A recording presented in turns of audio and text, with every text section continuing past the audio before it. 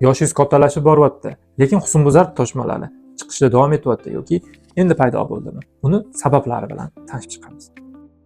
Birinchi sababi bu gormonal o'zgarishlar, hayz siklini buzilishlari, menopauza oldi holatlari, prolaktin gormonining baland chiqishi, insulin rezistentlik holatlari, testosteronlar miqdorining ortishi.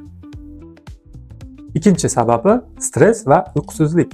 Stress, uyqu buzilishi natijasida kortizol gormonidagi o'zgarishlar, u boshqa gormonlarga ta'sir etadi, yog' bezi faoliyatining buzilishiga sabab bo'ladi.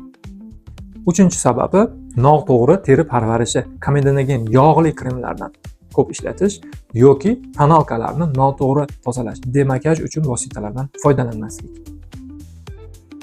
Ovqatlanish ratsionini buzilishi, ya'ni haddan tashqari shirinliklar, sut mahsulotlari va yog'li mahsulotlarni ko'p iste'mol qilish. Va beshinchi sabab bu oshqozon ichak faoliyatini buzilishlaridir.